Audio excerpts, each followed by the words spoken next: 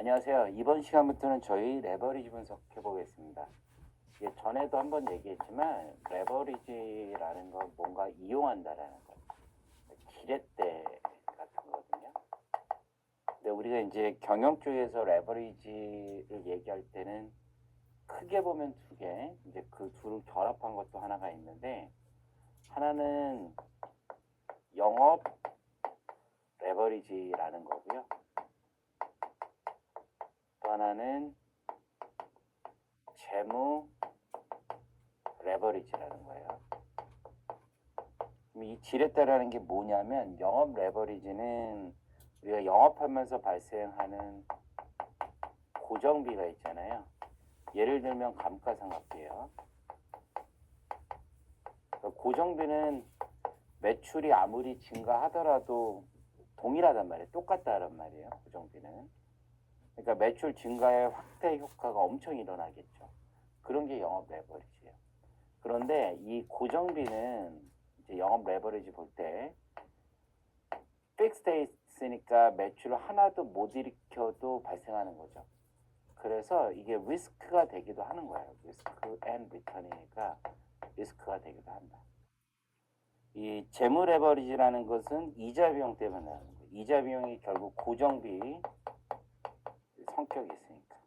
아무리 영업이익이 많이 나더라도 이자 비용 고정비이죠. 적자가 나더라도 무조건 내야죠. 그러니까 리스크예요, 리스크. 라고 생각을 하시면 돼요. 그럼 이 두 개의 공식을 배우기 전에 먼저 우리 다음 절에서도 똑같은 손익계산서를 써볼 거예요. 지금까지 배운 손익계산서는 매출액에서 출발해서 매출 원가를 차감하고 매출 총이익을 계산했었죠. 총이익, GP라고도 했었죠. 거기서 판관비 빼고 영업이익이 되는 거죠. 영업이익. 여기서 이제 뭐 이자 비용 등등 영업의 손익을 정리하는 거죠. 근데 이런 걸 우리가 재무회계라고 해요. 근데 이 관리회계용 손익계산서가 있어요. 관리회계. 이것도 우리 조금 시험 문제 나오는 건데, 관리회계형 손익계산서는 손익계산서를 이렇게 그리지 않고 출발은 똑같아요. 매출액. 근데 이제 비용을 두 개로 쪼개요. 하나는 변동비, 하나는 고정비. 변동비의 특징은 뭐냐면 매출액에 비례하는 비용이에요. 그러니까 매출액이 100이에요. 변동비가 40이다. 매출액이 200이 돼요. 변동비는 비례해요. 80. 매출액이 300이에요. 40% 똑같아요. 120. 그래서 이 비율을 우리가 40%를 변동 비율 이렇게도 불러요. 변동 비율이다. 그러니까 매출액에 증가하면 동일하게 비례해서 같이 증가하는 비용을 변동비라고 해요. 그럼 매출액에서 변동비를 뺀 걸 뭐라고 부르냐면 공헌이익이라고 불러요. 공헌이익. 그럼 얘도 비례할 수밖에 없어요. 60, 120, 180. 그럼 60%잖아요. 이걸 공헌이익률이라고 해요. 다시 한번 정리하면 변동비를 분자로 하고 매출액을 분모로 하는 걸 일정해요. 항상 그 비율은 일정하게 돼 있어요. 이걸 뭐라 부른다? 변동 비율이라고 부른다. 매출액에서 변동비를 뺀 걸 공헌이익이라고 하고, 공헌이익을 분자로 분모를 매출액이라고 써요. 그럼 그걸 뭐라고 그런다? 공헌이익률이라고 한다. 공헌이익률.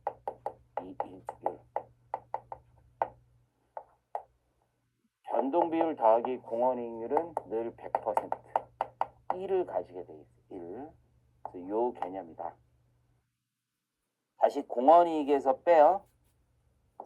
고정비를 빼요. 고정비. Fixed cost. 언제나 일정해요. 그걸 뭐라고 부르냐면 영업이익이라고 불러요. 영업이익. 그래서 첫 번째 공식이 우리 나와요. 뭐냐? 영업 레버리지입니다. 그래서 영업 레버리지는 개념이 이래요. 변동률이에요. 변동률. 미분, 탄력성 이런 거예요. 영업이익이 얼마나 변하느냐. 뭐가 변할 때? 매출액이 변할 때. 그러니까 이게 변동성이죠. 이걸 공식화 시키면 이게 돼요. 특정 시점에 미분을 해보면 공원 이익을 분자로 분모를 영업이익으로 해요. 이게 영업 레버리지도라는 거예요. Degree of Operating Leverage.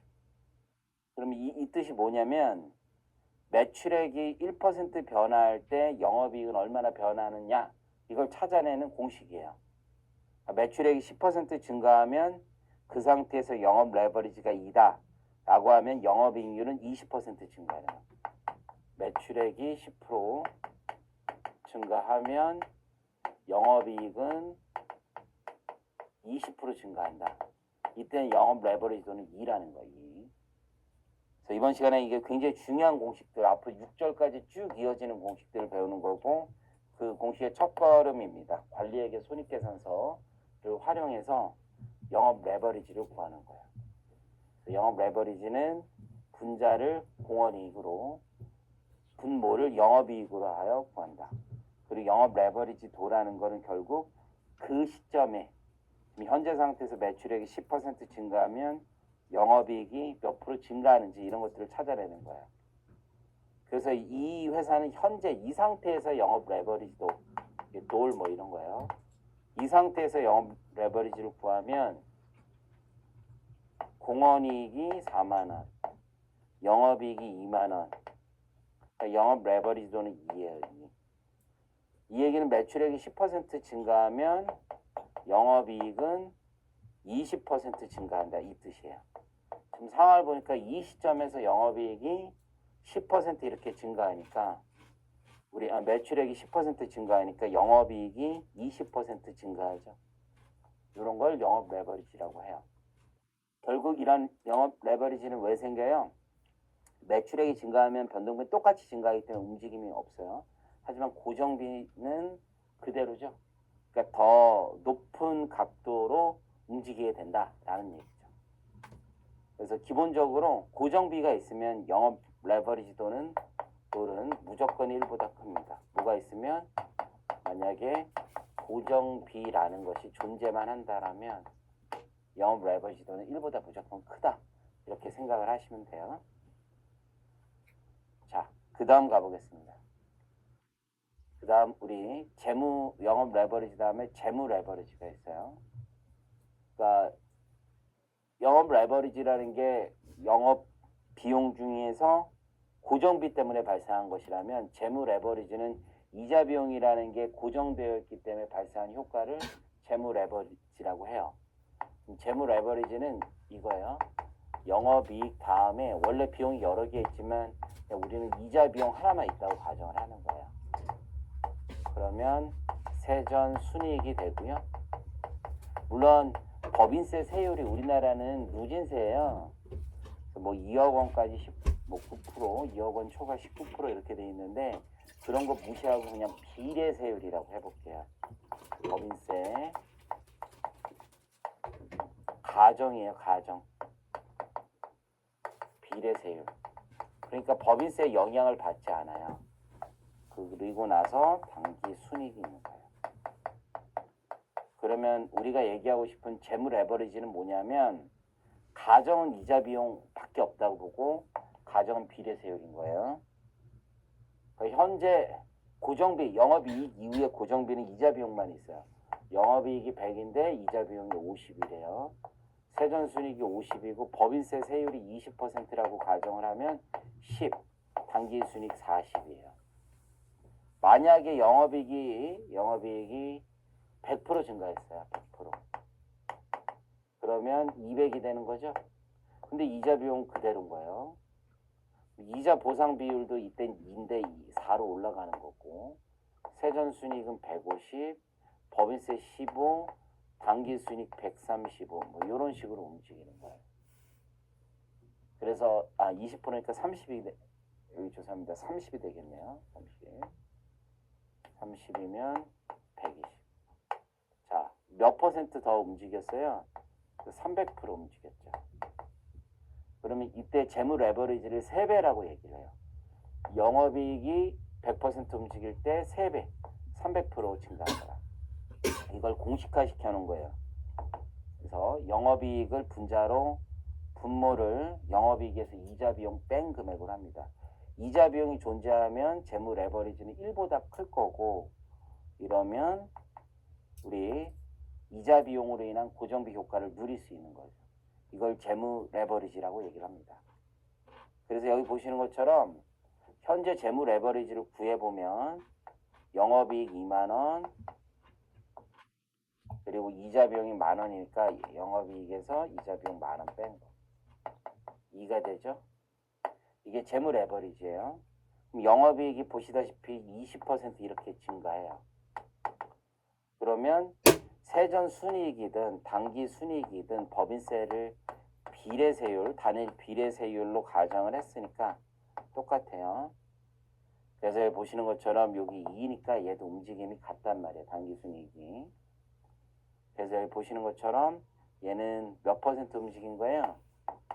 40%. 48에 32. 3,200원 더하면 11,200원. 이런 식으로 나오는 거예요. 재무 레버리지도 우리가 활용할 수 있다. 그럼 마지막으로 지금 방금 배운 영업 레버리지하고 재무 레버리지를 섞어요. 그래서 영업 레버리지 그리고 재무 레버리지 이걸 섞어요. 그걸 뭐라고 부르냐면 결합 레버리지라고 해요. 결합 레버리지라고 합니다.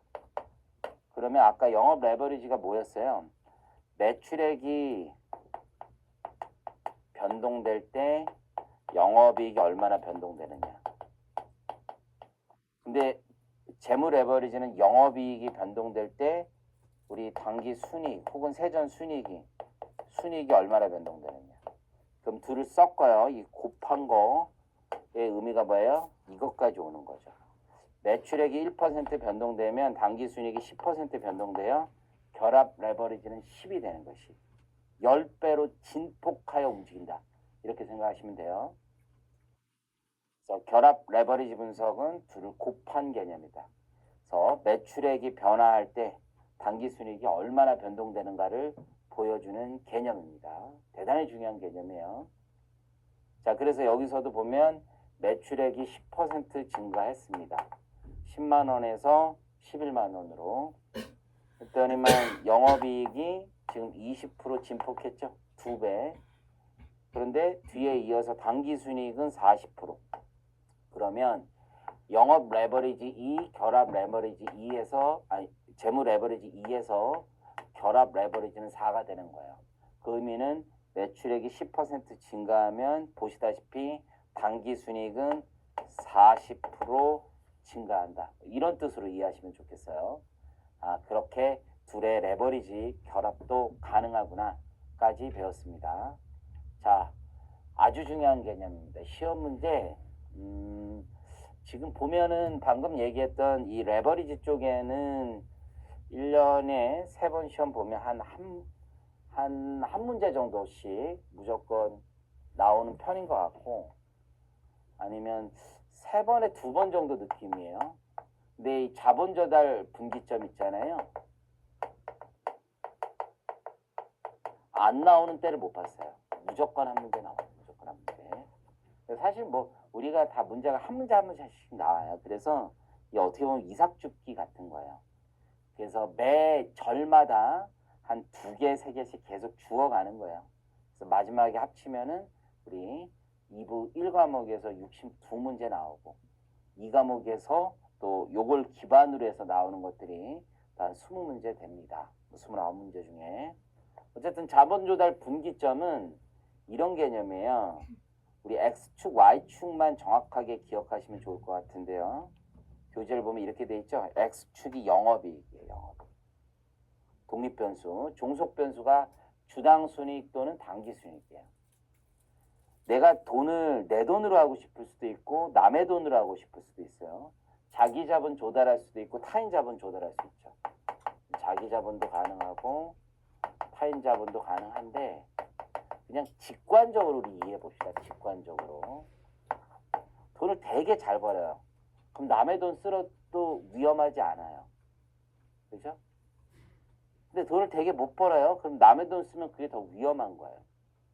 그러면 돈을 되게 잘 번다, 못 번다. 이게 X축이 절대로 뭐가 아니에요. 매출액이 아니에요. 시험 문제 X축을 매출액이라고 해서 주는 경우가 굉장히 많습니다. 아닙니다. X축은 매출액이 아니라 영업이익이에요. 즉 타인 자본으로 조달해서 장사하든 부채로 자기 자본을 조달해서 자금 조달해서 장사하든 내 돈으로 장사하든 동일한 때를 말하는 거거든요. 그럼 영업이익이 똑같은 점, 남의 돈으로 장사하든 내 돈으로 장사하든 똑같은 영업이익을 보이는 점을 자본조달 분기점이라고 해요. 그럼 이 시점에선 영업이익이 이 시점에서는 주당 순이익이 똑같다라는 거. 주주 입장에서는 똑같다라는 얘기. 그러면 자본 조달 분기점 이상의 영업이익 구간과 자본 조달 분기점 아래 영업이익 구간이 있을 거고 돈을 잘 버는 요 라인에선 영업이익이 자본 조달 분기점 이상인 곳에서는 여기 보시는 것처럼 주주 입장에서 빚을 내서 장사하는 게 더 나을 수 있는 거고요.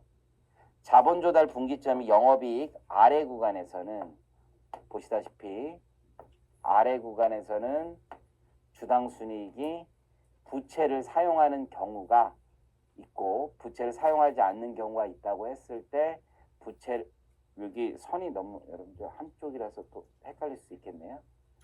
이 정도 구간 너무 그래프 이렇게 했으니까 부채를 사용하는 쪽이 이익이 더 적게 나오고 사용하지 않는 쪽이 이익이 더 많이 나오는 거예요. 그래서 우리가 이렇게 볼 수 있네요. 직관적으로 보면 자본 조달 분기점이라는 곳 이게 X축이 뭐다? 영업이익이다. 다시 한번 말씀드려요. 자본 조달 분기점에선 X축이 영업이익이다. 다시 한번 말씀드려요. 자본 조달 분기점에서는 X축이 영업이익이다. 이게 제일 중요한 개념입니다. 여러 번 말씀드립니다. X축이 매출액이 아니라 영업이익이다. 그러면 자본 조달 분기점 기점으로 그 이상인 영업이익 구간에서는 자기 자본이 나요, 타인 자본이 나요. 요 이상인 구간에서는 타인 자본, 요 아래 구간은 위험이 크니까 내 돈으로 해야 되는 거예요. 이렇게 가는 게 가장 중요한 포인트다. 그래서 우리가 ROA가 결국 영업이익률과 관련된 거죠. 영업이익률과 우리 자본비용을 비교를 해서 이 구간에서는 돈을 잘 벌고 있는 거예요. 그러면 이 구간에서는 남의 돈을 더 끌어당겨도 더 남는 거예요. 왜냐하면 남의 돈이랑 자기 자본의 평균 조달금리보다 내가 더 벌고 있으니까 자금 투자를 더 많이 해야 되는 거예요. 그래서 타인 자본 사용하는 거예요. 타인 자본. 근데 반대 구간에서 즉 ROA 영업해서 번 돈이 우리 자본 조달 비용보다도 낮아요. 그러면 이건 자기 자본 사용하는 게 나아요. 부채를 늘리지 않는 게 좋습니다. 더 엄밀한 의미에서는 자기 자본 비중이 높아진다라는 건 부채를 늘리지 않는다. 이렇게 보실 수도 있어요. 그래서 여기 보시면 예상 영업이익이 자본 조달 분기점을 상회하는 구간에서는 부채를 쓰라는 거예요. 근데 돈 못 벌 것 같아요. 예상 영업이익이 자본 조달 분기점을 하회하는 지점에서는 돈 빌리지 말라는 얘기예요. 투자 수익률 ROA가 이자율보다 그러니까 여기서 말하는 와크라는 개념보다는 이자율이 더 명확한 개념이겠네요. 이자율, 와크보다는 이자율의 개념으로 봤을 때 보통 투자 수익률이 이자율보다 높다라고 하면 예상 영업이익이 자본 조달 분기점보다 높은 구간이에요. 그 반대는 더 하회하는 구간일 거고요. 그래서 이 자본 조달 분기점을 이용한 다양한 형태의 문제를 접하셔야 되고 이 계산 문제는 근래는 잘 안 나오는 것 같아요. 계산. 그래도 준비하실 수 있는 분들은 준비하시고 더 중요한 건 이쪽에 있다라는 점을 다시 한번 강조드려요. 그래서 자본 조달 분기점을 굳이 계산식으로 한다면 주당이익과 관련된 거, 당기순이익과 관련된 거라서 우리 대안 1이 있고 대안 2가 있어요. 그럼 여러분 크로스로 옮기는 거예요. 크로스로. 무슨 얘기냐면 대안 1의 주식 발행 주식수하고 이자 비용, 대안 2의 주식수와 대안 1의 이자 비용 크로스로. 자, 그리고 나서 주식수를 뺍니다. 이게 자본 조달 분기점의 개념이다 라는 점을 기억해 주세요. 그래서 다시 한번 강조드리는데 X축은 매출액이 아니에요. 자본 조달 분기점은 무슨 개념이에요? 영업이익의 개념이에요. 그래서 타인 자본을 쓰던 자기 자본을 쓰던 영업이익이 동일해지는 지점을 자본 조달 분기점이라고 얘기를 합니다. 그 영업이익. 우리가 뒤에서 BEP 분석이라는 거 배울 거예요. BEP는 매출액의 포인트를 줘요. 매출액. 그런데 이것도 손익분기점 이렇게 부르거든요. 이거 잘 비교해서 나와요. 손익분기점이고 지금 배운 거는 손익분기점이 아니라 자본 조달 분기점이다. 자본 조달 분기점은 매출액이 아니라 영업이익이다. 이 두 개를 비교한 문제가 너무너무 많이 나오니까 여러분들 말 문제도 요거 대비해 주시기 바랍니다. 자, 마지막으로 우리 지금 현재 차익 규모보다 더 돈을 빌릴 수 있는가를 이자율을 이용해서 추정해 보기도 합니다. 자, 그 공식을 한번 보면 이런 개념이에요. 이자 지급 전에 현금이 얼마가 남았냐면 100억이 남았어요. 예를 들어. 그런데 이자 지급 전이잖아요. 근데 이자를 우리가 5배 정도는 주고 싶다. 무슨 얘기냐면 영업해서 번 돈으로 안정적으로 운영하고 싶어요. 그래서 이자 비용이 5배 정도를 벌면 나는 만족한다 라고 생각하는 거예요. 우리가 보통 생활할 때 그런 거라고 생각하시면 돼요. 내가 월급 받은 게 뭐 1억이다. 근데 이자 비용으로 주택담보 대출을 받아서 이자를 한 2천만 원 낸다. 그럼 5배 정도 이자 비용의 5배 정도는 먹거리가 있다. 이렇게 생각하는 거예요. 이게 목표 타겟 이제 기업마다 다르지만 금융비용 보상비율이 5배다. 라고 하면 한 20억까지는 난 부담할 수 있다라고 보는 거야. 5로 나눠서. 근데 이제 적정 차입금은 현재 20억까지 부담할 수 있는데 금리에 따라 다르죠. 금리가 예를 들어서 10%예요. 그러면 나는 200억까지는 빌려도 된다라고 볼 수 있는 거죠. 그래서 200억은 20억을 10%로 나눈 거고. 근데 현재 차입금 규모가 100억이다. 라고 하면은 추가 차입이 100억 가능하다는 거죠. 이거죠. 그래서 요게 이제 평균 이자율을 쓰는 거죠. 평균 이자율. 이게 우리가 스트레스 테스트 뭐 이런 얘기를 하면서 하는 게 현재 평균 이자율이 예를 들어서 뭐 8%라도 최악의 상황을 가정하자. 그러면 10% 정도 빌려야 되는 거 아니냐라고 해서 이렇게 계산할 수도 있어요. 그걸 이제 스트레스 테스트 뭐 이렇게 부르기도 합니다. 참고하시고요. 그래서 이게 추가 차입 규모 추정하는 것도 우리 한 번 정도, 우리 1년에 3번 볼 때 한 번이나 2번 정도는 나오는 편이라는 거 좀 기억을 해주시기 바랍니다. 여러분들이 시험자에서 이 숫자를 만들어서 푸시면 될 거예요. 구조를 놓고 손익계산서 생각하면서 역발상으로 풀어내시면 됩니다. 문제 많이 푸는 게 가장 효율적이에요. 일반적으로. 자, 저 이번 시간 여기까지 마무리하고요. 다음 시간에는 지금 배운 내용 이론을 문제 풀어보면서 정리해 보겠습니다. 감사합니다.